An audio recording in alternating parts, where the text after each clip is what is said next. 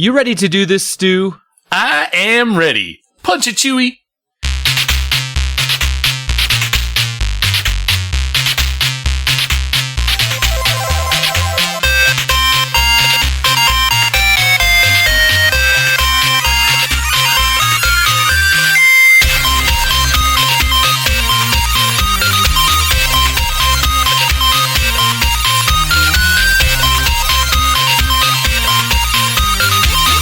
Welcome, super friends, to the Fortress of Nerditude podcast, a safe place to talk about all things in nerd and pop culture. I'm Spencer Stapleton, and my co-pilot is Stu Jones. As always, yay! We're two nerds that just refuse to grow up. Thank you for joining us. This is episode 104. We release every Thursday morning. You can find us on our website, fortofnerd.com. We have links to iTunes, Google Music, Spotify, Stitcher, YouTube, and everywhere podcasts are available. Stop by and relax a while. If you like what you're hearing, hit that subscribe button and get us automatically each and every week's in your ear holes. Stu, it is actually our 2-year anniversary, episode 104. I know we did the big celebration for 100 because that's kind of a thing, but 104, man, we're 2 years old. And I didn't buy you anything. I don't even know what the 2-year anniversary is. Is that paper? I'm wood, maybe? I got a toothpick here with your name on it. I'm not giving you anything wooden related for the anniversary. Sorry. I got a toothpick. I mean, whatever. Sure. So Stu, we're joined this week by Britta because it's our movie cast who usually joins us. We also have another special guest. We are joined by Elly. Elly, how are you this evening? I'm doing well. Glad to be here. So Elly, you are the newest guest host here on the Fortress of Nerditude. Why don't you tell the super friends a little bit about yourself and what has been going on with you this week? Well, I am the reason that Stu is continuing to visit Fort Knoxville. Nice. And you said it appropriately. I'm glad you're rolling with the punches, yes. Yeah, I do listen. And I dragged him out here for the week, and we've been visiting for the last few days, and he'll be staying through Thanksgiving, and we're having fun. Nice. Has he talked to you about this? Fun. Has he talked to you about this loaded baked potato casserole thing that he's got going on? I've heard of this, and I think it's going to be interesting. It seems like the recipe he has in mind makes about 5 gallons worth of stuff, which might be a little too much. Oh, don't eat. We'll see. If it tastes good, it's all good. Hey, we're doing half a batch, and don't feed into his whole feed them less madness. Do me a favor, Elly. Take a picture of it and send me because I am so interested to see what this thing looks like. Oh, I'm gonna get some on the plane for you. Oh God, you can't carry food on a plane. I'll find a way. Yeah, you you can. Just as long as it's not liquid. Just can't take water. Oh, so 9/11 doesn't mean anything anymore in this country, that now we can take food on planes? What is America coming to? We can take food, we just can't take water, because you know how dangerous that is. So good. So you guys are excited you're doing Thanksgiving together. You got a big group of people coming over, or is it a small affair? What's going on? More of a smaller thing, maybe half a dozen or so. But very big in that this is the meet the family thing for Stu. So yeah, I'm sure that'll be lots of fun. Well, it was going to be the meet the family, but that kind of got underway earlier. Sister. Yeah. We had a bit of an incident at the farm that needed to be dealt with, and it was all hands on deck. So Stu got a little bit of training in fencing. And not the kind with the little pointy rapiers. Ah, dang it, man. You had me all excited. I'm like, ooh, did Stu get to stab something? No. But apparently you're talking about like digging a post and putting a fence up, that sort of deal? Running electrifiable wire down some tree lines and stuff. I like the way that sounds. And be mad at cows, that kind of thing. How did that work out for you, Stu? Being mad at the cow? I have not had steak yet, so to be continued. Did you just look at him like, you're going to be a hamburger in my belly soon? You watch it. I didn't get to actually see any of the cattle that we were trying to keep fenceable, but yeah. So that was interesting as a it was supposed to be a nice lazy day, kind of recover from the jet lag stuff. And then, first thing in the morning, gotta go do the fencing thing because cattle had gotten out and nobody was happy. And then, so I'm just going to go ahead and dive into my week because I'm going to take over the podcast here for a minute. Because I've got stories. As you tend to do from time to time. It's my turn now, Spencer. Go ahead. No, it was just... honestly, though, just kind of a normal week right up until it was time to get there. And as you may remember, the last time I went, I had a nice 4-hour layover. So, why not do the same thing again? No, you're kidding me, right? Nope. So incoming. So I have a transfer in Charlotte, North Carolina, which I've spent way too many hours in recent history in. And apparently the incoming plane that was going to be continuing on to Tri-Cities, actually, is where I'm flying into now. Apparently it was stuck in some kind of blizzard situation and they were having problems de-icing the plane and everything else. So 4 hours later, they finally bring in another plane from somewhere else that didn't have any passengers on just to take us all the way. That plane actually arrived 15 minutes before the next scheduled plane to Tri-Cities from Charlotte, North Carolina. So all I can say is thank goodness for Elly being able to talk and keep me awake so I didn't fall asleep and miss that plane. And Diablo 3 on the Switch. Ooh, how's that going? It's nice. The only problem I have with it is that it's made for regular consoles, so the text is really small and difficult to see, but you really don't need a lot of text to play it. And once you get into the button mashing and the demon slaying, it's actually really fun. I like it. It's great to have that in a handheld thing that has, like the full resolution of the Switch, and it looks great, sounds great, plays well.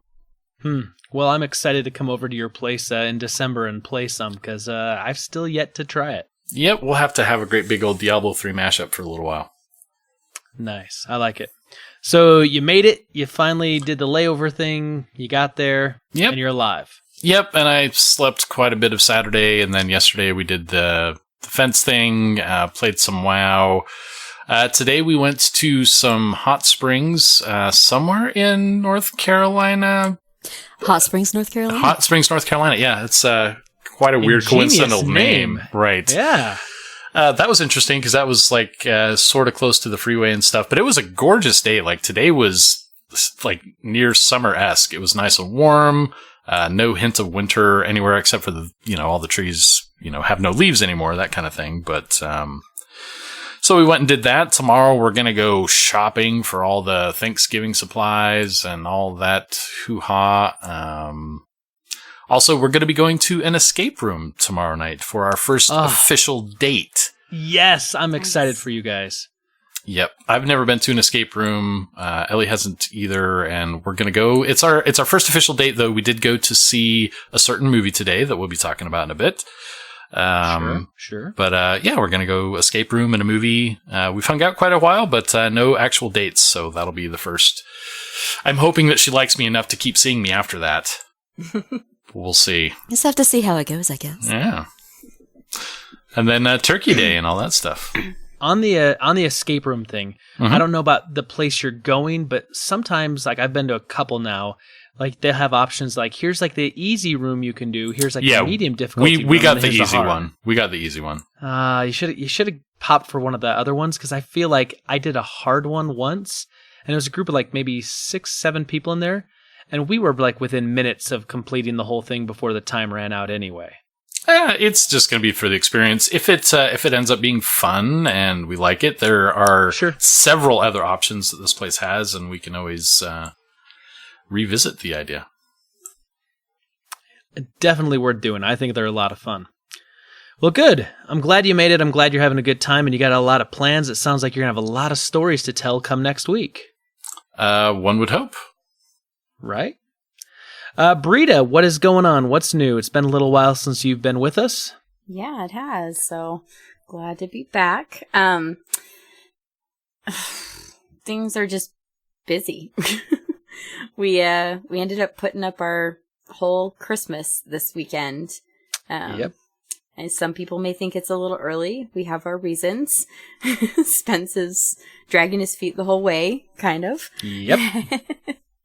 But, yeah, so that was fun. Got the tree up yesterday, got the kids to decorate it and put up all the fun Christmas stuff. And now our house actually has decorations and ambiance, and I love it. But yeah, so next week actually is going to be I guess this week is kind of crazy because we have Thanksgiving, which we're actually doing really low key this year. Because on Friday I am getting LASIK eye surgery and I'm very excited about it. Yeah. So that's why we're doing Christmas stuff a little early and pretty low key. Thanksgiving, we actually just ordered our Thanksgiving dinner from Cracker Barrel this year and we're going to see a movie. I did that. I did the Cracker Barrel thing last year. Did you? How was it?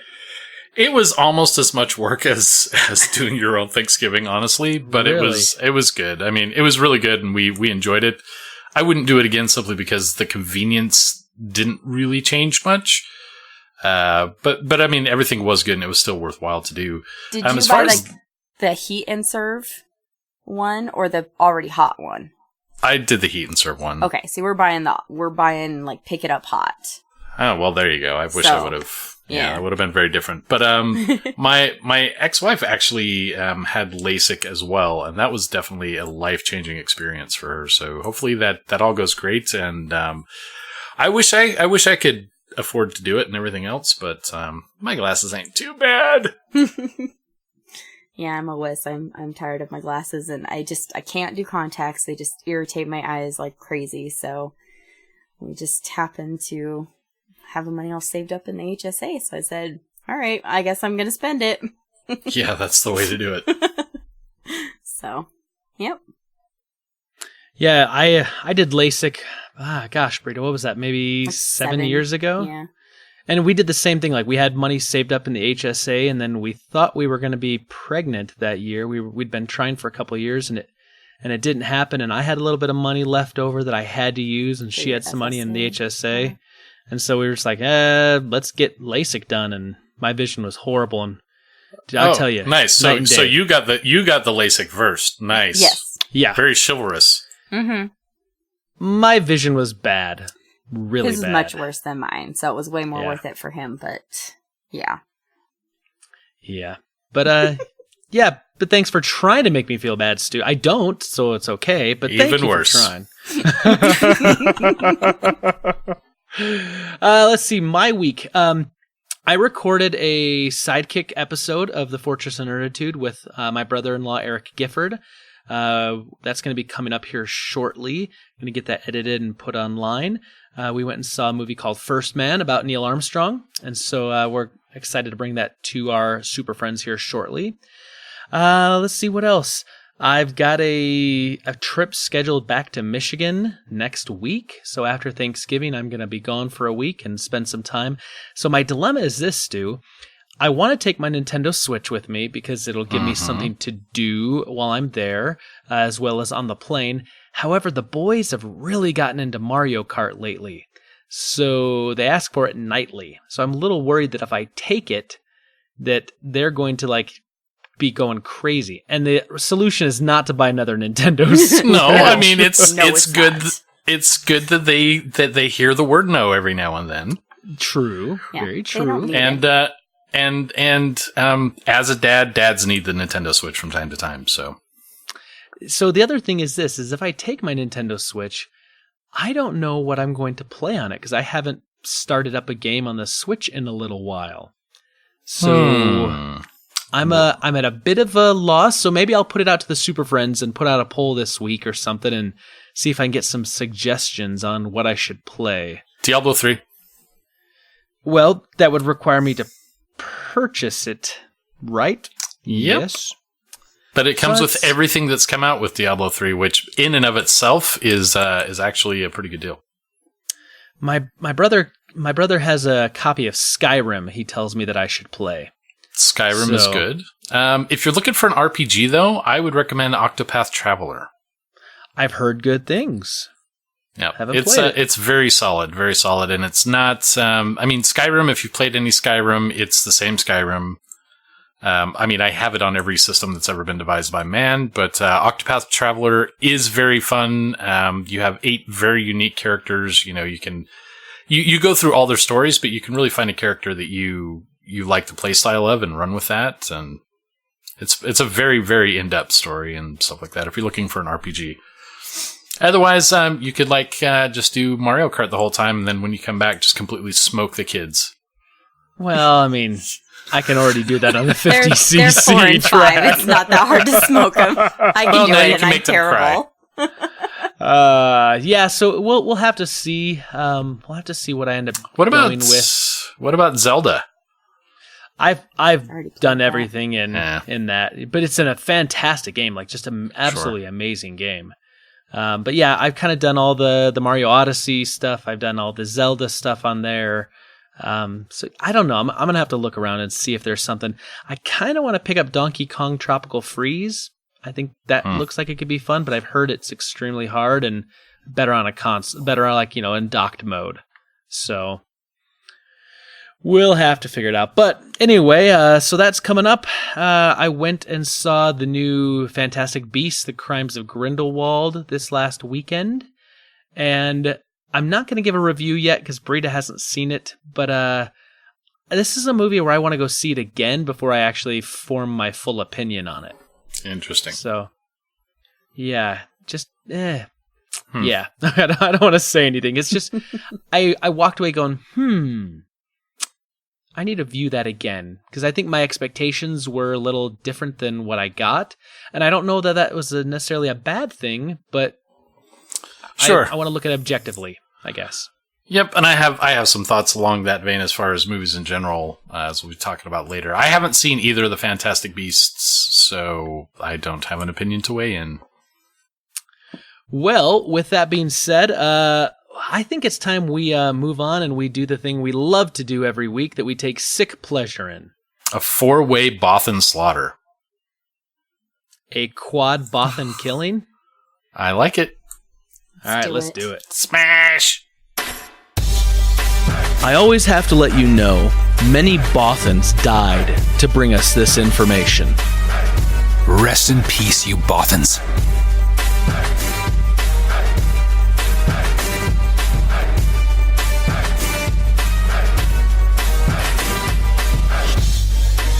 All right, Stu, we are into Rebel Intelligence. What do you have for me this week? Well, as you may have heard, or you may be seeing across the interwebs at large, Fallout 76 is alive and well. That being the newest foray into Fallout that is online only, where you play with a certain amount of people on a given server. I don't really quite know how the server architecture works out, but you have like an option of many different games to join that are kind of shared by like a player cap.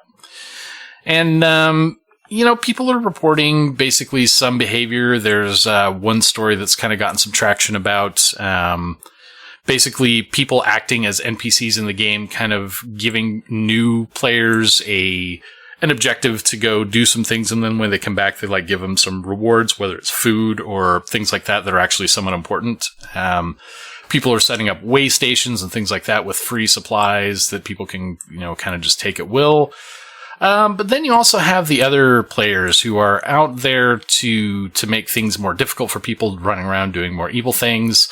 And then you have the people that just want to test the limits of the system. So, right now there's a group of people that are kind of taking on some of those system limitations. One of them, Nicaroo93, he's got a crew. They've been trying to test a lot of things out in the game. Basic end game stuff is that you send a nuke somewhere, and this nuke goes off and suddenly everything's irradiated and you have all these new monsters, and basically it's the equivalent of raid content in other end game. So given how everything changes, things like that, when you have a nuke that comes into the area, you're warned. They're starting to see nukes in like new player areas. So it's like you're a new guy coming out of the vault for the very first time. Suddenly everything's irradiated and you can't survive for squat. So these guys, just to kind of test things out, decided to launch. There's like 3 launch pads for nukes. They launched nukes from all three of them at the same time just to see what happened, and brought the server down.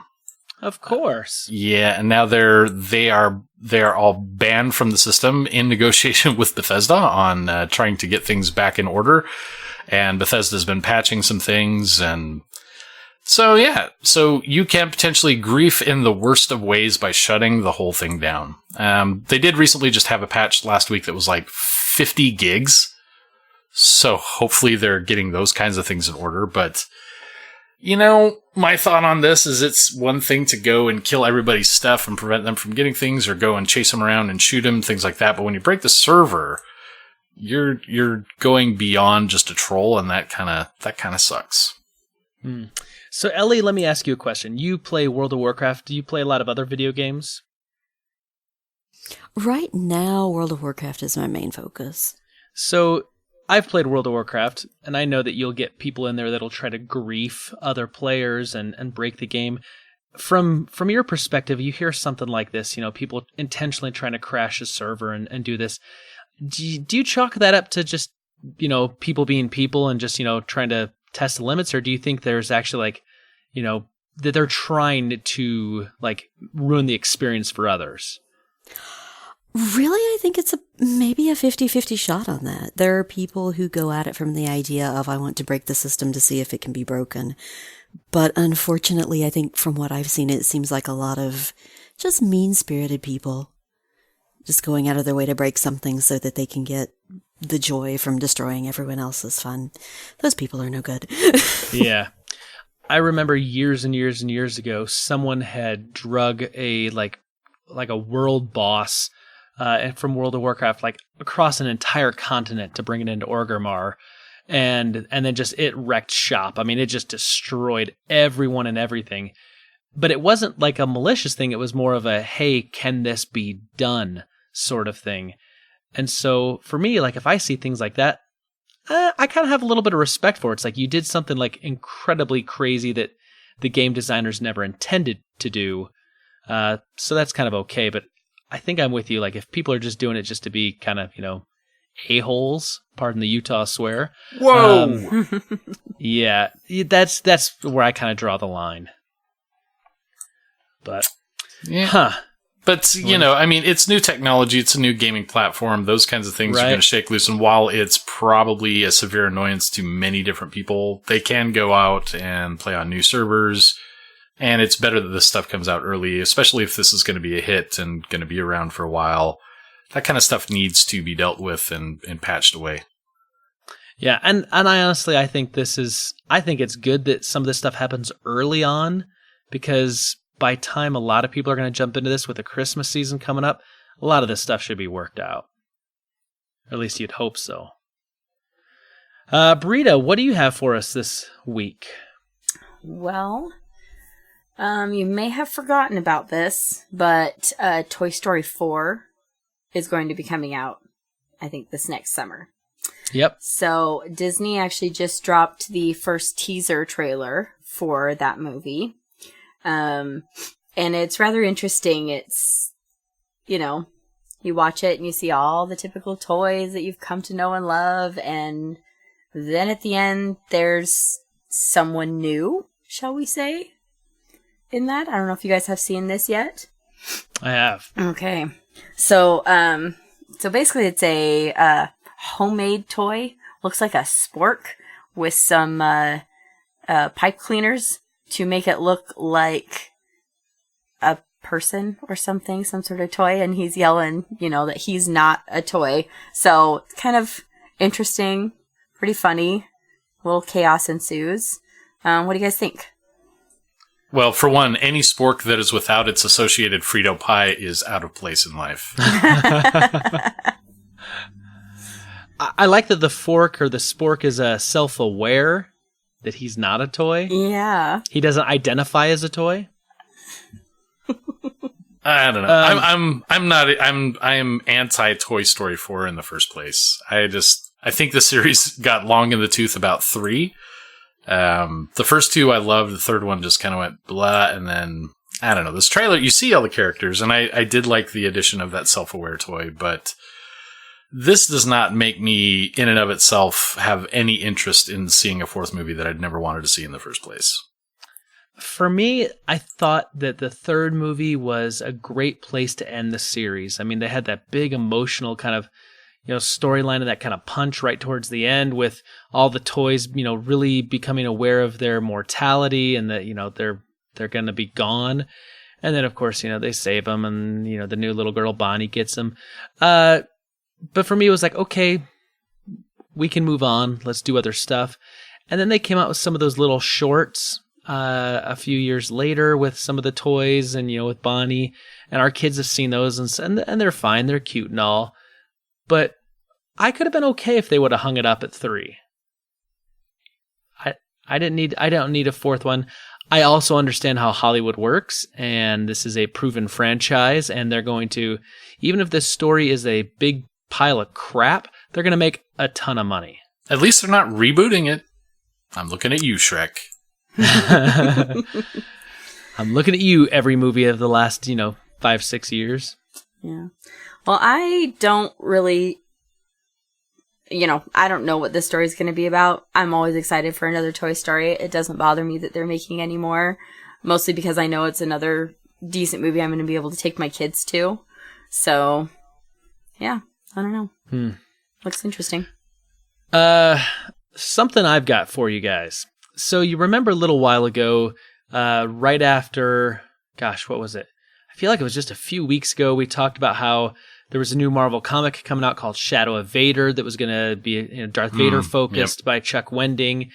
And then literally days after they had made the announcement, they said that Chuck Wendig had basically been fired from the project because of some controversial Twitter stuff where he's been really outspoken and a little too political and whatever. And so Disney let him go. Apparently now Marvel is scrapping the entire comic. So apparently 3 out of the 5 had been written and they're just saying, no, we're just going to move past it.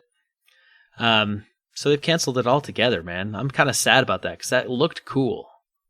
Yeah, I mean, it wasn't the idea that we were thinking that they were going to bring in another artist, but I mean, I'm not surprised whatsoever, honestly, at this point, especially with all the hesitation they have for anything Star Wars right now. Yeah.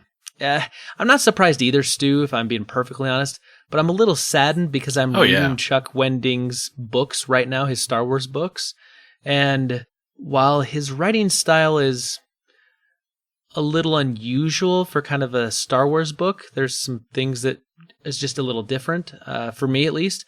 I'm enjoying the books, and I would like to have seen maybe some crossover of some of these characters in that comic series, but alas, it is not meant to be. That's too bad. I especially like some of the Darth Vader treatment that they've had in comics. So yeah, this is something that would have been nice to add to the mythos, but again, we're in a hyper political environment right now with Hollywood in general, Disney especially. Any risk to anything that's going on, they definitely nip in the bud, and I don't know. Maybe I would assume they had at least considered it, and maybe some other writers were under consideration, and maybe they just didn't pan out, but who knows? Yeah, sad. But I have better Star Wars news. Ooh, if you want to go to that. Always. So we've heard of this little show called The Mandalorian. Yes. We may be a little hopeful that this is a pretty awesome show. It's going to be the first Star Wars show on the now monikered Disney Plus. Mm-hmm. And so we have an actor confirmation. Pedro Pascal. Have you heard of this gentleman? Game of Thrones. Yes. Yeah, good old Prince Oberyn Martell. Yeah, so we know that he's been cast. I don't see anything about what role he might be taking, but probably the star. I'm thinking he's got to be the star if he's the they're first not. one. Yeah, exactly. So it does apply. He'll be playing the title character, a lone gunfighter in the outer reaches of the galaxy, far from the authority of the New Republic. So yeah, we know this takes place after Return of the Jedi, before Force Awakens, kind of in that lawless time of Star Wars that's been set up by the now defunct EU. So yeah, I mean, that's yeah, but yeah, we don't have a release date yet. Expected sometime next year. But filming has already started, which was interesting to note. So kind of adding some of the title role character spots, but if shooting has already been going on, that's kind of optimistic that we'll see this sooner rather than later. He's a good character. He's a good actor. I definitely have no qualms with him being at the forefront of it all. He was a great Oberyn Martell in Game of Thrones. Like, I really thought he nailed that character. And so the Mountain nailed him. Yeah, exactly. I'm really excited to see what he's going to do to this, because what I love about this show, the more I've been thinking about it, is that this is another Star Wars property that does not have to be tied down to really any existing characters. They can make this thing stand on its own, so they can write it however they want to. They can make his character do or be whatever they need it to be. And man, I like that. I like the actor, so I'm really excited by this casting. Cool. Me too. Nice. Britta, what else you got for us? So this is really interesting. So the earliest known film adaptation of Frankenstein has been restored, and it's actually available to watch online. So this is a version that was lost, like one of the most well-known like lost films of all time. The Library of Congress got a hold of they acquired a reel in like 2014. I don't know the whole story, but they've restored it.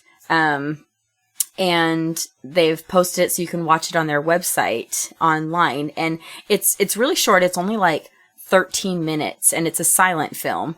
But it's really interesting. I actually watched it, and it was very just interesting the way that they did some of the stuff. So like when they were creating the creature, you could tell that like they had taken some sort of something with the skeleton, whatever, and had like burned it and filmed it burning and then played it backwards to like be creating the monster and stuff. It was really interesting. So it's definitely worth a watch if you can. And the film's from, you said, like what, 1910? 1910, yeah. So it's the earliest known, Wow. film adaptation, which, Frankenstein's been done a number of times. But yeah, I think that's pretty interesting, kind of cool. I like stuff like that. I like hearing like little tidbits, because that's something that obviously I've never seen before, since it's been, gone and disappeared. And probably most people that saw it originally in the silent film theaters probably aren't around anymore. Yeah. And definitely, one of the most like first and original, science fiction films created, pretty much. So interesting, because that's we talked about Frankenstein, and I had one of my humanities classes in college was the ethics of science fiction. And the idea that, Frankenstein is a horror movie, really it is science fiction at its earliest incarnation. And right. That by itself was inspiring, for some of the other, things that we have now. Things like Terminator definitely have some roots in Frankenstein. And yep. It's pretty awesome to see how that genre has evolved. Yeah. Yeah. Well, it's cool that it's out there now that, like, kids can go watch that and see something like that and, get a piece of history while probably also still getting kind of a cool little film to watch. So yeah. So I say go to the Library of Congress website. Check it out, guys. It's only like 13 minutes. It's really cool. I'm going to take a look at that. Cool. 13 minutes. Ain't nobody got time for that. Right? And you don't even need headphones because it's silent. Woo. But then how can you hear it? Are they going to caption it like they do on Facebook when I don't want to turn my volume on?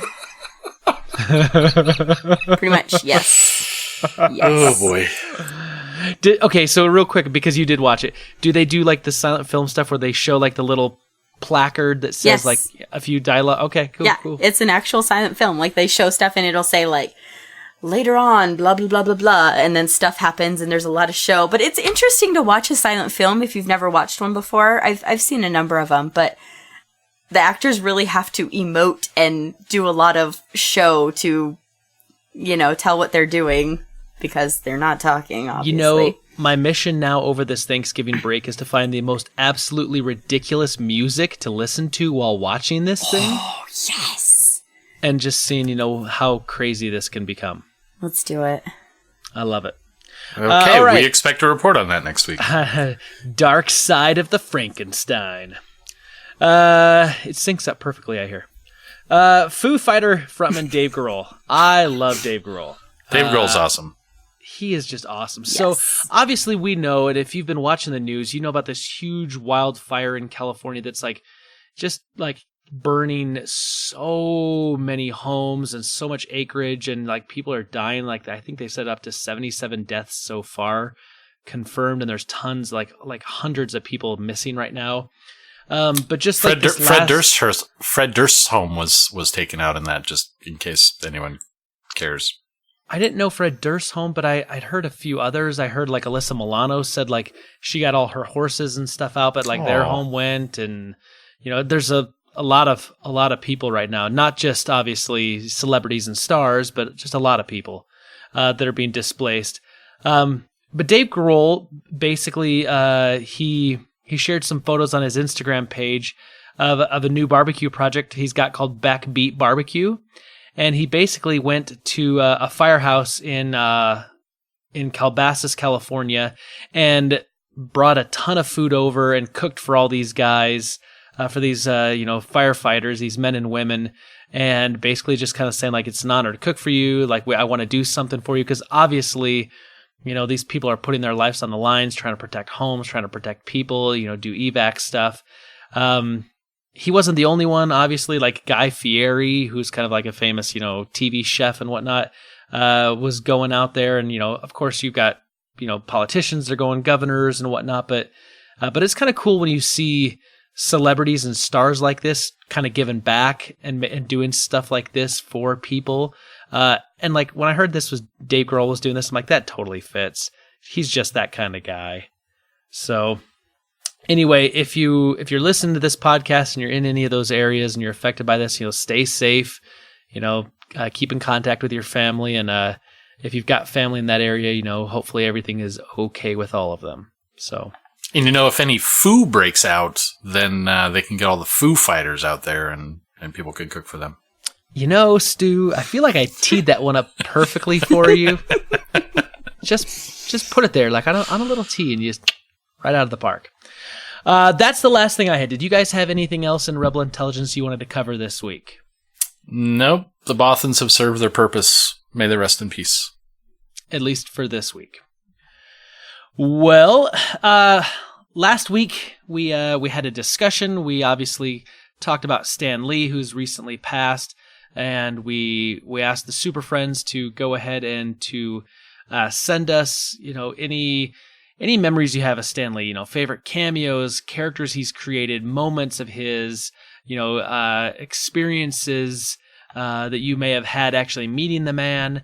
And I wanted to, before we go to our Super Friends, I want to see Britta and Elly. Do you guys have any Stan Lee experiences or stories or things that you loved about him that you would like to share before we move on? Elly? I have a tiny one. I was at Comic-Con Nashville. Had already visited most everything that was there and was just standing out in the hall waiting on some friends to finish up. And at the far end of the hallway where I was standing, here comes Stan Lee around the corner with his security guard with him. And it's just the two of them. There's not a lot of traffic out. He's not getting trouble from anyone. He walks up the hallway in front of where I'm at and goes down to the first door of the large room where everyone's doing signatures. And he's going to try and sneak in to the back door and avoid going in the main entrance because he's a big name. And the second his hand touches the door, this 7-foot-tall, 300-pound piece of security walks over and stands there, you cannot go through this door. And initially, he was very kind about the situation and showed his identification and pointed to the sign above him, which had his picture on it and his name very loudly displayed up there. And that security guard still would not let him through, and they made Stan Lee go all the way down to the main entrance of the hallway and wade through everyone to get through. What? Oh my goodness. It was crazy. I mean, okay, first of all, like, I get that, right? You got to do your job. But at the second of all, it's like, okay, but your job isn't like to, be like a bouncer to like the guests that are, drawing the money into the place, right? Wouldn't think so. I guess a banner with your name on it and your picture isn't enough ID to get through that door. Oh, wow. I'm sorry, Mr. President. You're not allowed. I know you're the president, but... My mission in life is to become so famous that I can try to revisit that scenario. Well, best of luck with that, pal. Thank you. The podcast is my first vehicle to get there. Nice. Well, don't forget us little people on your way to the top. That's right. Thanks for sharing that, Elly. Yeah, that's kind of cool. So, like, how close, like, did he walk past you, or, I mean... It was a convention center hallway, so he did end up walking past, but 30 feet, maybe. Okay. How many years ago was this? Oh, no. You're asking for my memory here. This is never a good idea. In generalities, are we 4 or 5 years? Okay, so within like the last half decade or so. Yeah. Okay, so that was probably about the same time we saw Stan, which I think he just turned 90 when we saw him, 90 or 91, and when he passed, he was 95. So probably right around the same time. I'll tell you, Elly, I was really surprised at how spry he seemed, even for his age at that point. Yeah, when I saw him that time, he didn't exhibit anything that showed his age. Maybe I should revisit my life goals to become a security guard that can harass old people in that fashion. Now that sounds like something's more achievable. What about you, Britta? Obviously I know you were with me, but do you have like any special memories or favorite characters, cameos, anything regarding Stan Lee? I know you like you said, you've already talked about this, but when we had a chance to meet him, and I use the word meet very loosely, stand behind him and take a picture. But I shook his hand. Okay. I did shake his hand. I did not. I'm sorry. Stood slightly behind and next to him and smiled awkwardly. I'm really good at that. But he was just so friendly to everybody. And he does this, like, hundreds and thousands of people come in and take pictures with him and want to have, like, their moment with Stan Lee. And he's just nice and friendly to every single one of them, and and just polite and everything. And then we got to watch him at a panel later that day as well, just talking about things and answering questions from people. And of course, you get a lot of the typical questions, people asking him, if Spider-Man and like the Hulk were in a fight, who would win, or whatever scenario it is. There's always two superheroes, and his typical answer, which always kind of makes me laugh, he's like, well, it depends who's writing the story. If he's writing it, one particular superhero will win, and if one of the other guys is writing it, somebody else will win. But he's just, and you can tell he enjoys being around the fans, and he liked, that time and just devoting time to the people who loved his work and appreciated what he did for a living.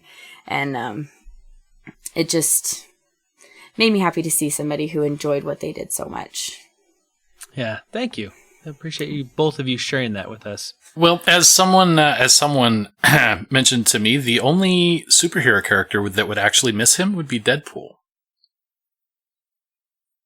Because how do you figure? Deadpool's the only one who knows who he is. Oh, interesting. Interesting. Just saying. Let's go over to our email. We'll start with Peter Christensen. He says, Dear Nerds, I was excited about Disney's streaming service when it was announced, but will probably pass. We subscribe to Netflix, we get Amazon Prime Video, plus YouTube exists, and we built a large collection of iTunes movies and TV seasons, including many Disney, Marvel, and Star Wars movies. We recently canceled the Boomerang channel that streams old Looney Tunes and Hanna-Barbera cartoons because we didn't watch it that much. I doubt we'll add another service, and it's hard to imagine Disney Plus being so appealing that we would cancel Netflix. Mandalorian, that's all I'm saying. Just start there. I'm getting it. I've got to get it. There's enough there, and it's not just The Mandalorian. Like, I'm excited to, as a cable cutter, I don't have Disney and everything else, and that's going to be prime entertainment for Morgana and I. I'm all about that. I may get rid of Hulu at that point. I don't know, but it's an addition, and I don't sit around watching TV all day, but that would give me some incentive to watch more shows with Morgana, because I know she's going to love stuff there, and Star Wars. Yeah, Star Wars. I mean, that's for me. He goes on to say, I too love Pacific Rim and would strongly encourage Stu not to finish Pacific Rim 2. For fans, I recommend the movie novelization for Pacific Rim. It's a good read and addresses a lot of the questionable parts of the movie. It makes the movie a lot smarter and shows it was a well fleshed out, logically consistent world that had to sacrifice a lot of explanation to fit the movie runtime, which probably makes a lot of sense. He says, in defense of reboots, people want to see good movies more than original movies, and people are marginally more likely to see a movie with familiar characters, stories, and worlds. Look at all the versions of King Arthur, Robin Hood, and Sherlock Holmes over the last 100 years. With fewer slots for a big movie release and a shorter window, and ballooning costs for talent, effects, and marketing, I don't blame studios for trying to reboot a known winner. Look at Disney. They're profitably remaking their classic films while having basically no impact on culture. I mean, well, that's just it. The having no impact on culture is exactly the point. I mean, I don't disparage anyone who likes reboots, but I like original content, and that seems to be dwindling further and further away. I'm with you, Stu. I do get what Peter though is saying. I mean, oh sure, it makes a lot of sense. Yeah, I'm going to feel very different about it if I'm running a major film studio, and I can get away with making some tidy profits, maybe even get some unknown actors, some recognition. There are definitely benefits to reboots, but not my favorite fare. Yep.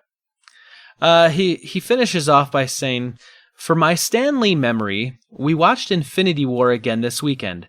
I caught something for the first time. When Peter Parker's friend Ned looks out the bus window, he says, another spaceship? We're all going to die. And Stan Lee cameos as the bus driver and says, haven't you kids ever seen a spaceship before? The high school kids would have been children during the Chitauri attack on New York in the first Avengers movie, so they remembered it as a scary event, but for old man Stan, it was just another speed bump in a long life. I thought this fitting considering the decades of wonder he brought to the world. Excelsior. Cheers, Peter Christensen. There you go. I like it. Let's go over to Facebook. This is Caleb Albers, and I'm just going to say this right now. I loved this response. He says, this isn't going to come as a surprise to anyone, but my favorite Stan Lee creation is hands down the Hulk. I get that he's a favorite to a lot of people because he's one of the most recognizable heroes from the Marvel Universe, but I love him for a completely different reason. When I was a kid and first introduced to the character through Sunday TV Land Incredible Hulk marathons, I was instantly hooked on him.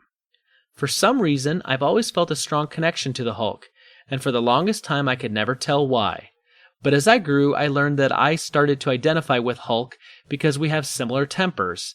I'm the kind of person that will take an ungodly amount of abuse from everyone, and those feelings build and continue to build until one day, one poor soul says or does something wrong, and I just explode in a hellstorm of rage. And that's when bad things happen. I would say things I didn't mean, I would take things too far, or someone who truly didn't deserve my wrath would get caught in the crossfire. And I think that's why Hulk means so much to me. Banner helped teach me more constructive ways to control my feelings, and Hulk taught me to only exert that anger on people that deserved it. It may seem dumb from the outside looking in, but for me, that was a huge help, and I only have Stan Lee to thank for that. His character inspired me to become better and to control myself. All of his characters have taught me lessons that I apply to my life on a daily basis. And one day I hope his stories affect my children just as much as they did mine. Stan, you are my hero, a hero to many, and your legacy will live on and will touch the hearts and minds for years to come. You will forever be missed. What I love about this so much, and by the way, thank you, Caleb, for sharing that with us. what I love about this is that, he's being honest and real, saying like, I struggled with anger issues, but finding someone that I could identify with, that I saw going through, similar things, and watching them learn how to control that helped me control that. And I think the fact that we're talking about a comic book creation that was able to reach out and touch someone in this way, I just think that's awesome. I think there's something special there. Well, that's what we talked about last week. And yes, thank you very much, Caleb, for sharing that. The flaws of the characters that Stan Lee created were part of, the major appeal and something that we talked about quite a bit last week. The humanity of it, the ability to identify as a reader with something that touches, any of the characters that you love. I could easily imagine that having a pretty profound impact for people like Caleb describes here. So not surprised, but glad to hear the sentiment. Yeah. I agree wholeheartedly. The last thing we have is we do have a voicemail, Stu. Woo! I bet I know who it's from. Take a guess. Paul Calicote? It is from Paul Calicote. Let's give that a listen. Hercules and the 12 Labors, Odysseus and his 10 years at sea, Jason and the Argonauts, King Arthur and the Knights of the Round, Beowulf, Thor, all legends and myths that I grew up with. I don't know about you guys, probably also. These are the myths and legends of our time. Now, in a couple thousand years, people are going to talk about the Man of Spider, Captain America, Thor again, Black Panther. The list goes on and on. Those will be the legendary myths of another 1,000 years from now, just like Hercules, Beowulf, King Arthur are legends of our time. And the creator of all that, I don't know about who wrote the ancient myths, but creator of our modern mythology definitely was Stan Lee.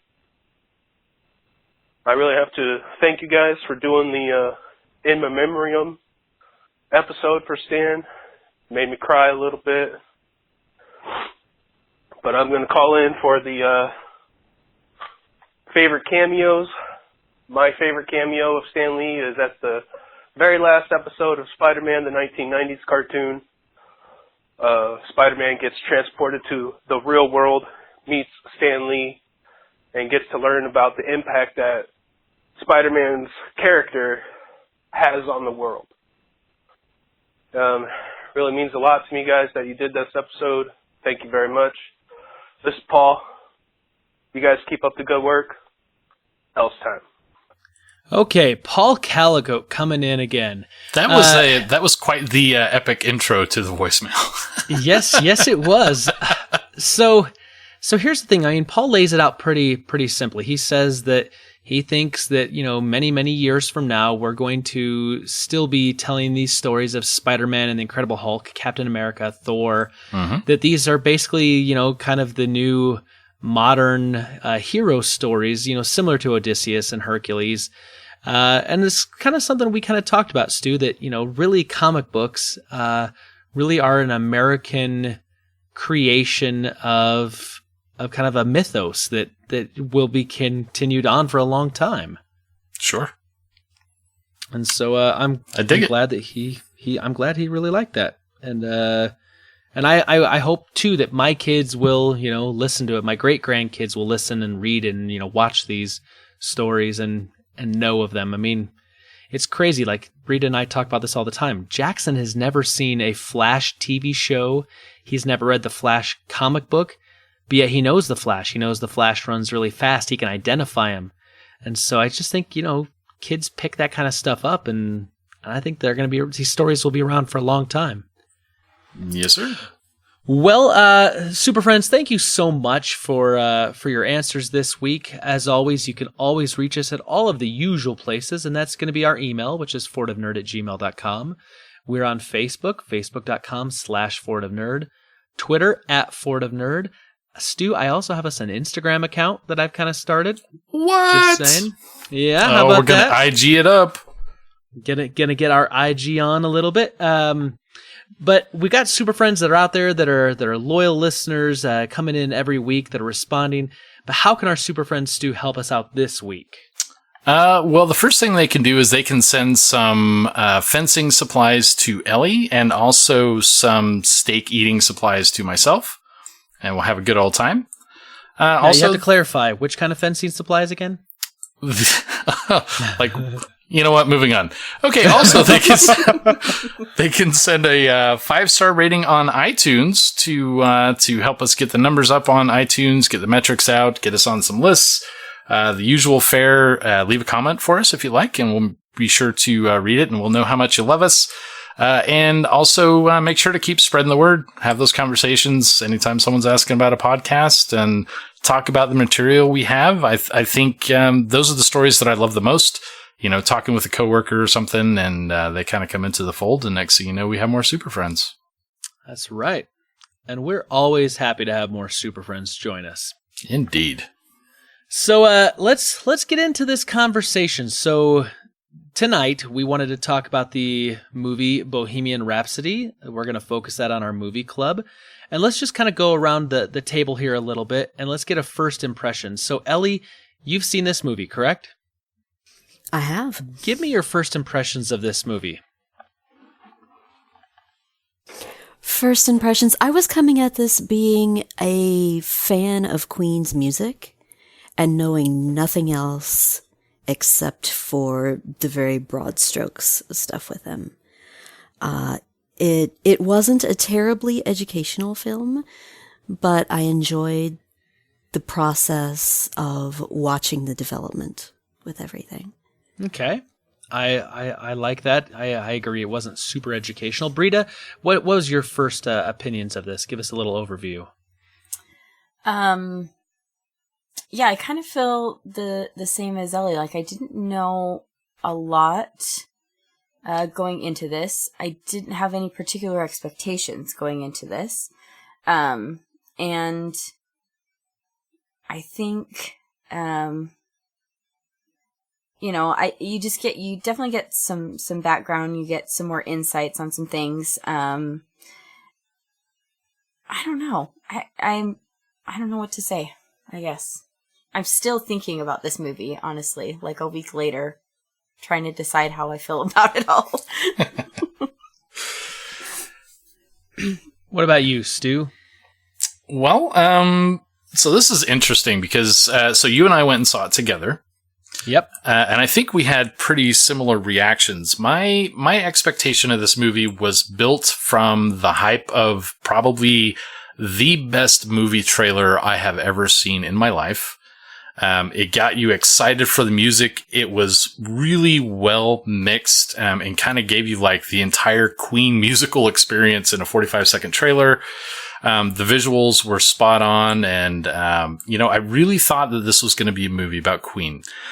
My initial experience, I felt it was lacking. I felt that there were definitely highlights that were shown, but no narrative to kind of drive them through continuity. But that was my initial impression. And, after we get past, when we dive into this a little bit more, I have some updated thoughts to that, but where were your initial impressions of this? So I think you kind of touched on it. We saw it together, and I kind of felt, I think, the same way you did, at least right at first, that I knew that this was going to be a Freddie Mercury biopic flick. I knew that the main kind of, point of the movie was going to be focused a little more on him, even though they were trying to sell it as a movie based on Queen. Right.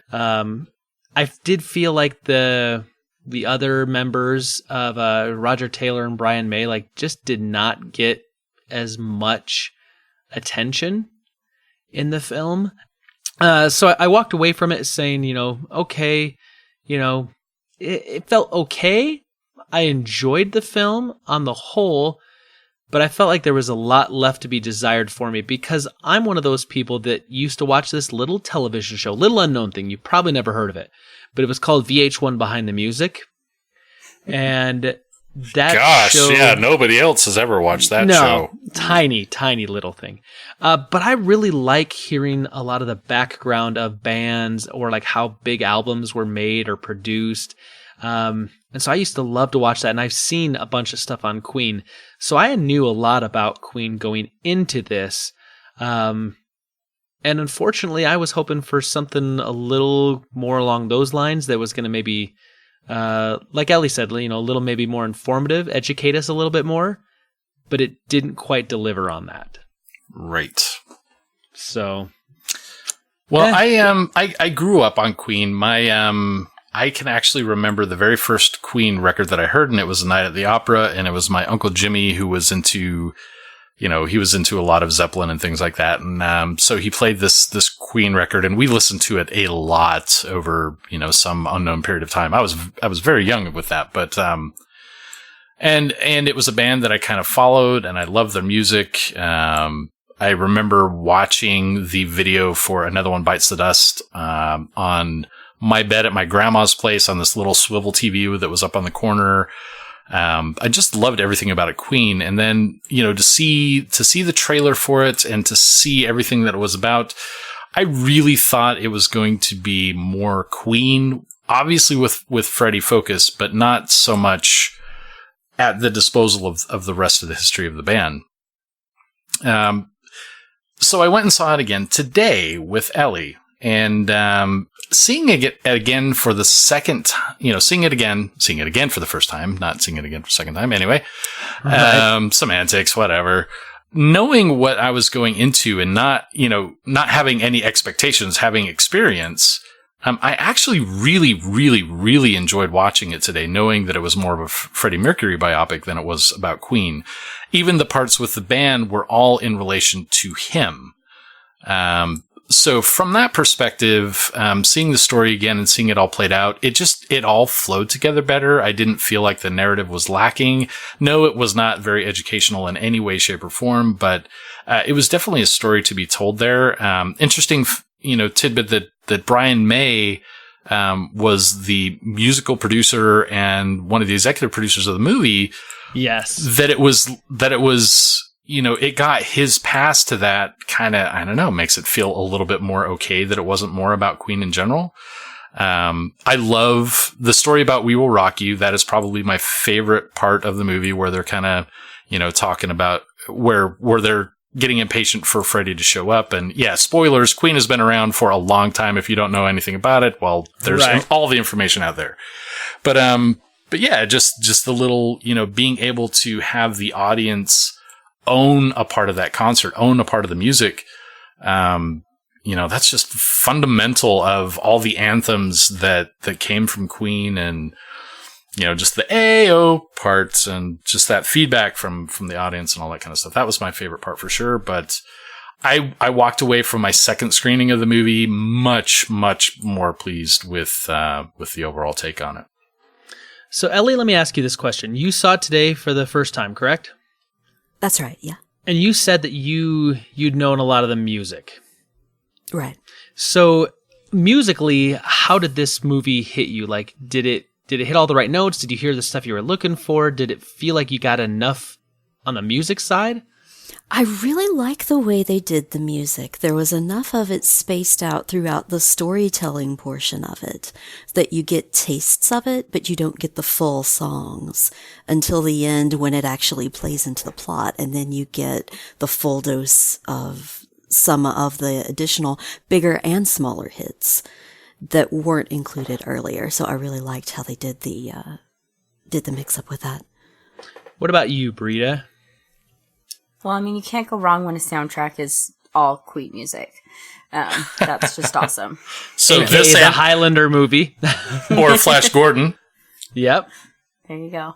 But I walked out of it going, I was kind of disappointed. Like, I feel like I didn't get enough of certain songs. Like, I feel like they just barely touched on them that I felt like were more important, especially with the story they were telling. I felt like they really left out a lot of, Can Anybody Find Me Someone to Love? Like, or I Want It All? Yeah, like there just wasn't that much of that in there, and I expected more. And also Bohemian Rhapsody. I mean, we got a lot of Bohemian Rhapsody, but there's never enough Bohemian Rhapsody. There just never is. So I wanted more of that. It's 6 bloody minutes long. Whatever. It's an hour and a half, 2 hour long movie. You can fit a 6-minute song in there. That was brilliantly played by Mike Myers. Yeah, let's talk about casting. So initially, Rami Malek was not going to be playing Freddie Mercury. Originally, it was supposed to be Sacha Baron Cohen. Really? Yeah, that's, and I'm when it was announced, I was kind of glad for it anyway. So, and seeing the overall end impact of it, I think I can't remember his name. The guy that played Freddie in the actual movie did phenomenal. Rami Malek, yeah. I loved it. So what do you think? Elly, casting, did Rami Malek hit Freddie Mercury for you? Was he Freddie? I could not have told you anything about what Freddie looked like before walking into this. I mentioned to Stu at the end when they were going through some of the credits with the clips that's the first time that I've ever actually seen the band. Which, surprisingly, because I don't know if they showed it there at the end, because you have to remind me, because you guys have seen it today, and it's been now a week or two since I've seen it. Don't they show clips from the actual Live Aid performance? They show other video stuff from them, not just from Live Aid. Yeah. But you can tell that they did a lot of work to try to make sure that everything looked right. The hairstyles and the clothing and like everything just looked spot on. Well, because you just saw stuff in the movie that you're just like, oh, I've seen this before. Like, I've seen him in that outfit, in one of the videos or something. Or like, that's what I picture when I think of Freddie Mercury. Like, that's him right there. So, from my perspective, I liked that, and I felt like he embodied him fairly well from what I have known and seen of him, Well, there's two things that come to mind for me. One is that I noticed this time there were a couple pictures of Freddie throughout the movie, like when he's got the scene where he's coming down in his king's outfit and all that kind of stuff. There's a picture of Freddie on the wall, and I'm gonna have to see this a third time just to verify all those pictures. I think they're actually of Freddie and not Rami. Oh, really? So I'm going to have to double check that. I could be very wrong on that, but that's what it looked like. The second thing is that I don't know if you've been watching along on Twitter for this, Spencer, but Twitter has actually been going kind of crazy disparaging Rami for lip syncing through the movie. That it's obvious he's lip syncing, yada yada. Well, yeah. If he sounded like Freddie, he would be in Queen. Right. That's kind of how that goes. Like, you can't have somebody pretending to sing like Freddie, because nobody can. Like, that was something I loved about the movie, was like, oh, I love that they're actually using the Freddie Mercury voice in the actual Queen tracks and not trying to like remake them. So can I burst your guys' bubbles here a little on this? Yes. I've got some interesting things about this. Rami Malek actually went to Abbey Road Studios, which is, famous because that's where the Beatles recorded a bunch of stuff. But he actually went there and he recorded vocals over top of the Queen tracks for this film. And Roger Taylor and Brian May actually went in, consulted directly with him. And they used some, not all, obviously, but they used a couple of the Rami filler Malek. moments. Yeah, a couple of the filler moments, but they also tried to use as much of him as they could, but then you can also tell that they definitely have Freddie over top of him in parts. Because it's very, this is what you've heard on the album over and over and over go, 1,000 times, and it's no deviation. So I do like that they did take that one extra step to try to get as much of Rami Malek's vocals into it as that they could without changing the overall integrity of the songs. So it's not fully lip syncing. Well, and also it actually isn't even lip syncing at all from the perspective of he was actually singing through those parts. His audio wasn't used, but so that he could get the saliva coming from his mouth and, the actual, you could watch him and tell he was working at what he was doing. But Twitter, the internet at large, anyway. Yeah, I mean, come on. So let's talk about some of the other casting. Obviously, I mentioned, Mike Myers was in this. He played a character called Ray Foster, which is an EMI executive, which actually, was kind of an amalgamation of a few others. He really was playing someone else that, was there around the time. But what do you think about the other guys that played, the other band members that played, Brian May and Roger Taylor? Like, how do you feel they did as far as like kind of like secondary characters here? Brian May, the guy who played Brian May, he did so well that I had a hard time remembering what Brian May actually looked like. And I thought I loved, and not just him, but one of the things I loved about the movie is it wasn't just like Freddie going off half-cocked with all these crazy ideas, like about using Bohemian Rhapsody, but that like everybody's pitching in like, yeah, this is Queen. We're not your average rock and roll band, yada, yada. The character and the emphasis and the joy that the other members of the band brought, even through acting, I thought was phenomenal. I loved it. Yeah. I thought they did a good job, and I thought that they did a very believable job of making you feel like these were the guys. Which, is kind of weird knowing that I know what the band looks like. Right. But what I loved, what Elly said, though, is that she'd never seen Freddie Mercury. So I'm just going to assume, Elly, you probably have never seen Brian May and Roger Taylor before in real life either. None of them. The credits tonight was the first time I had seen any of them. So what I like, though, is that for someone that's coming in maybe with fresh eyes, that you're going to see a very close representation of what the band really looked like with obvious actors. And I think that's good, because I always have a problem when I watch a movie and like they don't match up at all. They're nowhere near what what an established character looked like, what established person looked like. And then, you have to try to mentally do that whole, let's kind of ignore and forget. I mean, I'm looking at you, Solo. We're not bitter. No, not at all. Not a Harrison Ford lookalike at all. So do you guys, have you been paying attention at all to how much money this movie's been making? I have not. So just out of curiosity, I'll tell you this, because I looked it up. Just today, actually, they said that right now Bohemian Rhapsody has now become the second highest grossing music biopic of all time. It's only $34 million behind Straight Outta Compton, which was based on NWA, which surprises me that movie is the highest. But it just passed Walk the Line, the Johnny Cash film. And so it's sitting at $127 million in its first 3 weeks, which I'd be happy winning that much in the lottery. Oh, for sure. But usually movies like this don't make a ton of money. Like they're nice films, they're great films. They may be up for some awards, but they're not going to make big money. Well, this was a AAA Hollywood production by all means. So sure, but I mean, so was Walk the Line, and so was Ray, that kind of held these titles as well. But I mean, so interesting that Ray beat a 24-year reign of music biopics, which was based on Loretta Lynn's The Coal Miner's Daughter. Then a year later, it was knocked off by Walk the Line, and then it took like another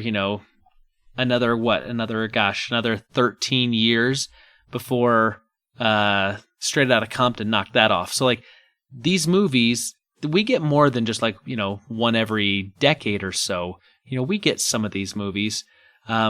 But it says that, a lot of people love Queen, and I think that's true, that there's a lot of love for this band. Well, and you said it was 37 million shy of Straight Outta Compton? That's still very attainable. I think so. I think this could end up being the number one. Well, it would be deserved. I think so. Sorry, I just one moment of like the movie that I didn't quite get the first time that I did the second is when they're doing the Live Aid thing and Radio Gaga And like, I didn't notice it the first time I watched it, but like everybody doing the arm motions to that was like through a stadium that size just was like a moment of awe. Well, it's also because everyone looks like they're synced up. Yeah. And I've been to concerts. There's never one concert I've ever been to where everyone is synced up on like the beat for clapping. You've always got some random schmo, and then, if there's one, there's like a couple hundred of them, that can't keep the beat. Yeah. So I thought it was cool that like it looked that way. And I don't know about you guys, but I've actually gone and rewatched the Live Aid concert footage since I saw the movie, which obviously Ellie probably didn't because she watched it today, I'm going to assume. But I've gone back and watched it, and man, they really nailed that concert. Like the footage you see at the end of this film looks almost shot for shot exactly what was done on stage in 1985. Nice. So props to the guys that spent all the time trying to figure that out and, make it look exactly the same. Because that would not be an easy task. Yeah. I do want to ask you guys about some of the plot things. I don't know why I say plot things. The plot points. How about that? There you go. The plot thingies. Sure, let's go there. The thingies that tell a story. So I know a lot. I know a lot about the band, and I know a lot about the story. So I kind of want to talk about some of the, let's say maybe the controversies that kind of the liberties that were taken with this story, because I think it's important to know that there's some pretty big historical inaccuracies that are shown in this film. So one of the biggest things is obviously this movie discusses and talks about Freddie Mercury learning he was HIV positive, and that his sexuality, his disease, kind of plays a big central role in probably the second half of the film. And there's some problems that I had with this, and that because it's not historically accurate. First of all, we know that this movie is going to end at the Live Aid performance because that's how they start it, with showing just a little bit. They do a little foreshadowing, and then if you've seen enough movies, you know that that's how they're going to end this film. Right. But here's the thing. Freddie Mercury in the film finds out that he has AIDS while Queen is kind of split up. And then he basically goes to the band and convinces them to play Live Aid and to try to get a slot on this, stage for this event. And he's kind of making it his big kind of like farewell moment. Also that same day, he comes out to his parents and he finds his partner that he's going to spend the rest of his life with. And it's also the lead up to Live Aid is when he tells the bandmates he's got AIDS. It was a very busy day. It was a very busy day, which for a movie with you're trying to build drama and, put pieces together and you're trying to, have a culmination of a 2-hour film, that makes sense for a movie. But here's the reality. One, Queen had never split up. Even though Freddie had gone and done a solo album and Roger Taylor had done a solo album and Brian May had kind of done like a solo little project, the band had never split up. Matter of fact, they were touring on an album right prior to the Live Aid show. So that whole kind of like drama, like we broke up, we're trying to get together, never happened. The other thing is this. Freddie Mercury wasn't diagnosed with AIDS until 1987, 2 years after the Live Aid show. Live Aid, they were like at the top of their game. They were like the most popular they'd ever been. They hadn't taken a break. They hadn't been out of the public eye. When that happened, he didn't find his partner for a couple of years still after that. So while parts of this story all happened, they happened at different times chronologically. And they, the film director, and the editor moved this around to make this fit this story. So here's my question to you guys, and I want to get your take on this. Does this bug you when you see movies that do this, where they take something that is a well-established, well-documented time frame, and then move it around for a film? And then the follow-up question would be, do you still think the same, knowing that Roger Taylor and Brian May signed off on this? And let's start with Elly, since you are our guest. I think the way they did this, now granted, I don't know what's truth here and what isn't, but based on what you've said, compared to what I saw today, it seems like they did stretch some things and move them around, but it was done purely from a creative aspect and not so much as a deliberate mistelling of the truth to try to get to a different end. So while I would have preferred for it to be actual, I'm not that upset over it. Okay. That makes sense. So whether or not Brian May and Roger Taylor, the living members of Queen, signed off on it, then really wouldn't make much difference to you, correct? It's their band, it's their creative liberty, and if they were okay with it, I imagine that they would be in the best position to decide whether or not that was all right.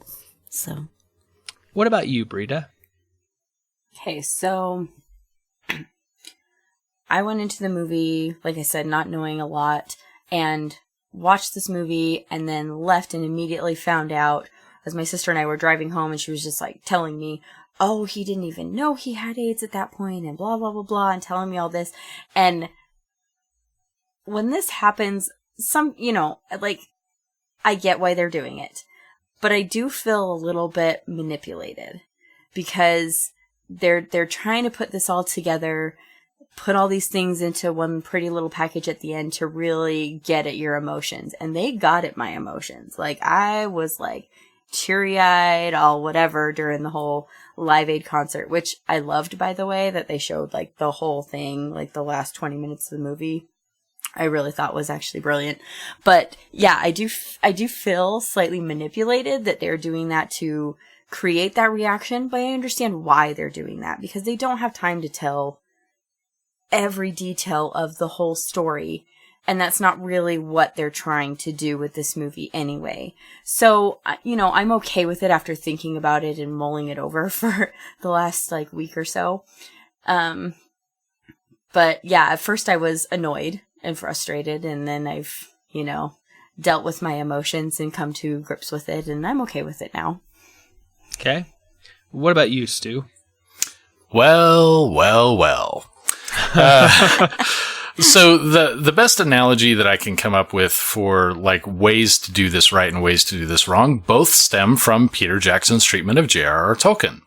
We saw some creative liberty with The Lord of the Rings, that some events were told in a different fashion, some details were omitted, others were kind of added to really tell the same story. Despite how long the extended versions of the trilogy are, not every detail is going to make it into the movies. There's just too much source material. Right. What we see from The Hobbit is a complete reimagining of the story that really Peter Jackson is throwing together from a whole bunch of stuff, some of it not even source material wise, and it really became something very different from what it stemmed from. So I think here what we see is we see the important details. We see that there's a hook, being the Live Aid concert. We know that that's where it starts, that's where it ends, and that's where the movie is going to end. But in this case, there are still some events that happen after the Live Aid concert historically that if you were to take that and make that the highlight of the film, but then add these other details as important as they are, then you're really you're not leaving on the climax of the movie. You're leaving on some just the sad stuff. The drama doesn't come together quite so well. Honestly, I think that they put those details in, that they were important enough that they had to be included, especially, you're not going to tell a Freddie Mercury story without, telling how it ends. So I think that the liberties that they went through, were okay. And the fact that, the other members of the band did sign off on it, they're okay with that version of the events. And I think anyone who comes at this and sees it for the very first time, like, I would like Morgana to watch it. She's still going nuts about Queen. She's got, she got her mom to create a Queen playlist on her Spotify. She's got her own favorite songs, that kind of thing.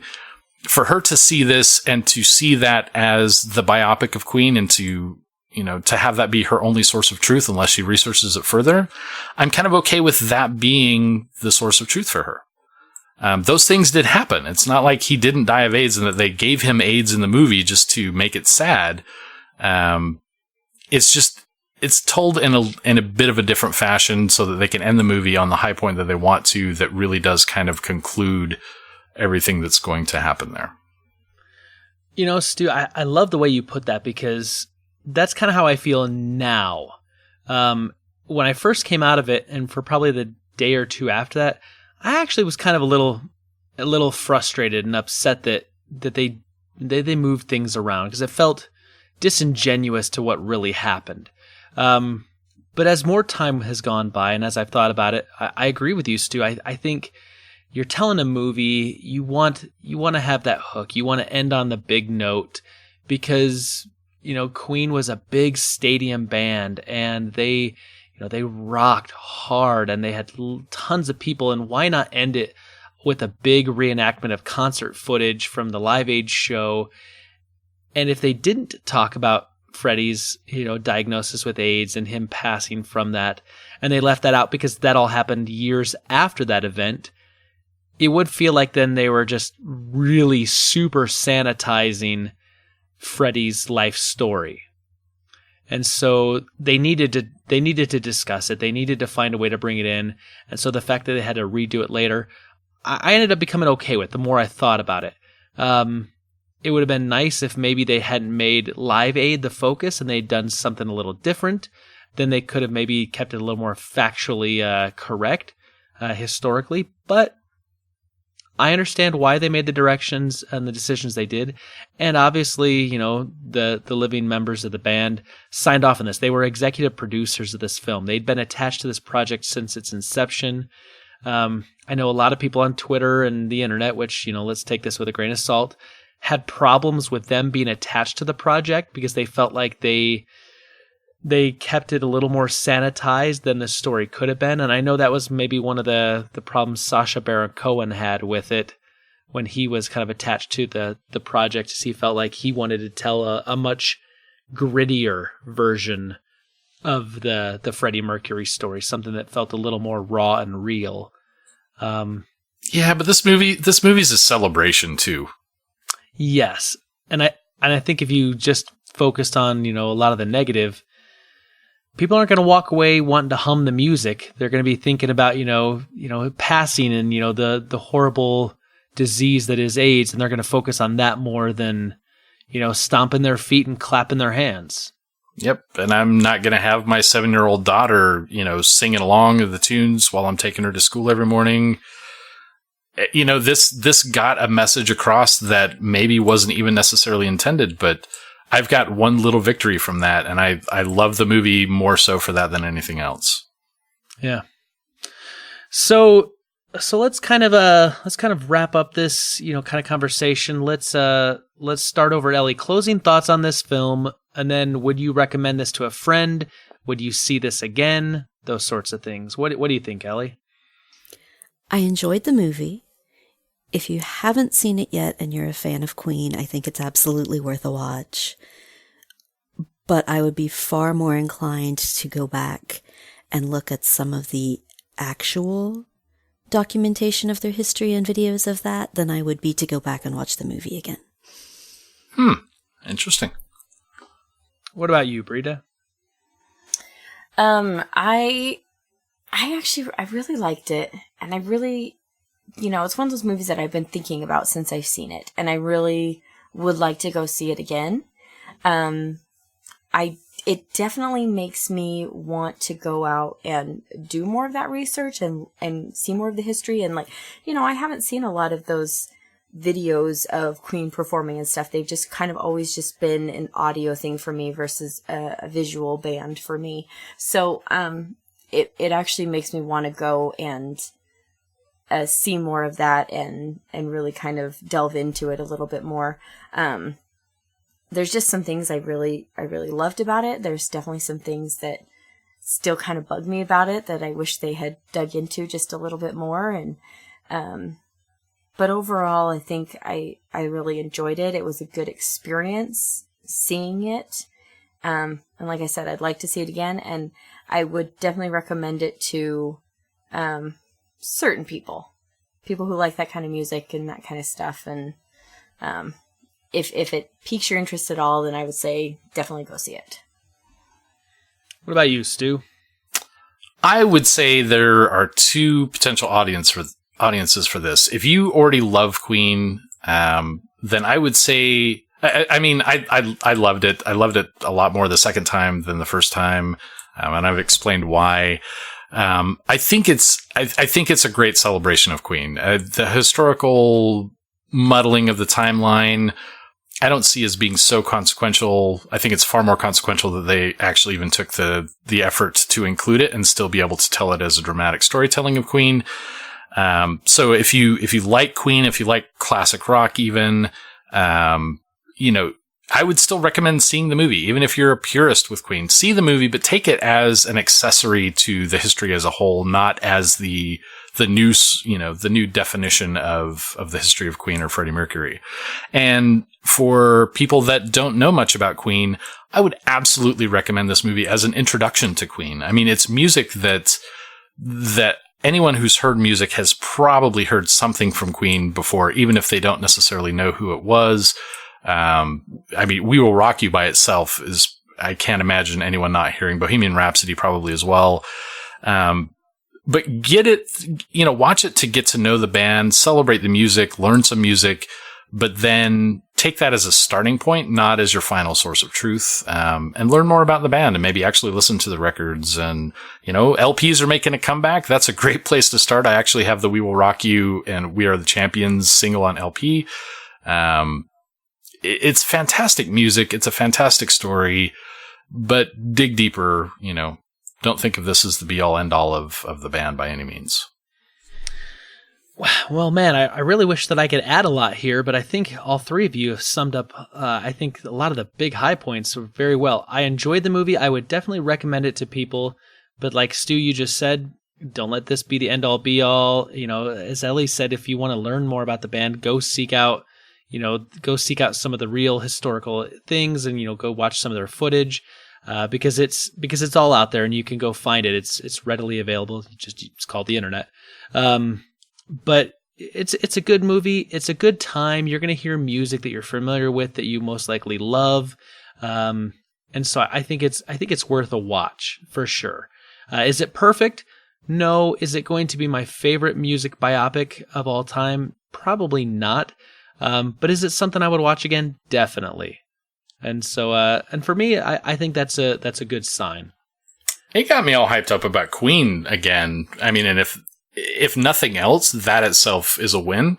I actually kind of want to go back and watch Flash Gordon again, just to to get the early days. So I'm going to tell you, I love Queen's music, but I actually went back and I've got the It's a Kind of Magic album, which was basically the soundtrack for the Highlander movie. Mm-hmm. And I listened to that again. I was like, Queen, man, still did some really good stuff for soundtracks, even on movies. Like going back now, I don't think I could sit through the Highlander. I really enjoyed it at the time, but it would not hold up well. Right. I don't know. I've watched the Highlander a few times. The actual Highlander movie itself. Yeah, I've watched that a few times, and I could watch that again. Yep. Now the series and the other Highlander movies, not so much, but the original one I could watch again. The first and the third one. The second one was bat crazy. Anyway, so I wanna put this out there to the Super Friends. We're gonna ask our question of the week, and I'm going to assume some of you maybe have seen this, some of you haven't, but I want to know, what is your favorite Queen song? I think everyone has something maybe that they identify with. And so I want to know, what is your favorite Queen song? And let's answer these here. And let's start in reverse order. Let's go with Britta first. Britta. That's reverse order? I don't know. I'm picking it over. I'm making it up. Oh, that is a tough one. There's so many good ones. Okay. I'm going to cheat a little bit and give my top two because I don't know if I can decide between them. But I already mentioned them. Bohemian Rhapsody. I love that song. I did that when my family did a lip sync battle. Obviously not the whole 6 minutes, but a shortened version. I just love that song. It's so much fun. And Can Anybody Find Me Someone to Love? Like, every time I hear that song, I just sing along, dance along. Just love it. Nice. What about you, Stu? I'm going to cheat as well then, simply because Britta did. I mean, I was all ready for just one, but if we're going to just break the rules, when you start, my top one is going to be Radio Gaga. I loved the Metropolis album. I love the short film that associated. It just really struck me, and then I don't know, everything to me that really stands out as much as an anthem as We Will Rock You. Just getting everybody stomping and going through everything and audience participation and all that stuff. Radio Gaga was just the one song for me. I think maybe one of the first songs that I ever listened to on repeat for weeks and weeks and weeks. And I just love the heck out of it. And then, Fat Bottom Girls. Okay. I love all of these choices. Elly, what about you? Do you have a favorite and or cheat and give us two? I'm not going to cheat on this one. I'm going to stick with We Will Rock You. And I love that song because it's something that you can get up and be active to, even if you can't dance. Okay. You can get the physical enjoyment of that song. Yeah. Well, Elly, you're going to be the only one then that's not going to cheat because I'm going to cheat as well. I figure You bunch of cheaters. when in Rome or, wherever we are, Fortress of Nerditude. One of my favorites is Under Pressure. Yeah. I love that song. And then, of course, it has a special also meaning for us. Just a real quick side story. When Britta was pregnant and in the delivery room with Charlie. Not just pregnant, in labor. Okay, that's what I said. I'm getting there. Relax. Oh, jeez. Britta's in labor, and she's been in labor for a long time, and she's kind of struggling a little bit. And so, of course, if you know me, you know that I have a hard time being serious all the time. And I felt like it was a really serious, tense moment because things were starting to kind of get a little more, intense for her. And so I started singing Queen's Under Pressure as she's trying to push Charlie out. And they kept saying, "Oh, there's some pressure. Yeah, so of course I started singing Under Pressure by Queen, and I was kind of dancing around a little bit and making fun. And of course, Britta started laughing, and she relaxed a little bit. And her mom played that song on your phone, and I was too. I know I was playing on my phone, and you know what though, I'm not going to say that I'm the reason why Charlie was born, but I had a hand in it. I helped. Well, hardly. Okay, we're not going to go. I did the work. Let's be honest. I did all the work. Pushing for 2.5 hours. Well, it's better than if you did I Want It All while she's delivering. Or I Want to Break Free. Yeah. See, that could work. You'd have been in way more trouble for that one.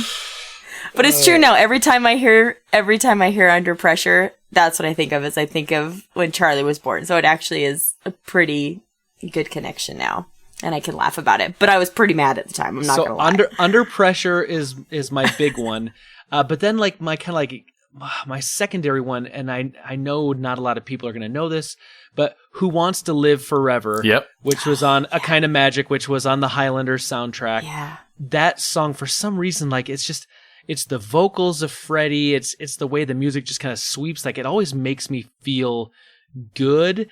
And there's like, it just moves me. There's just, I don't know how to put it, but that song just moves me for some reason. And I love that.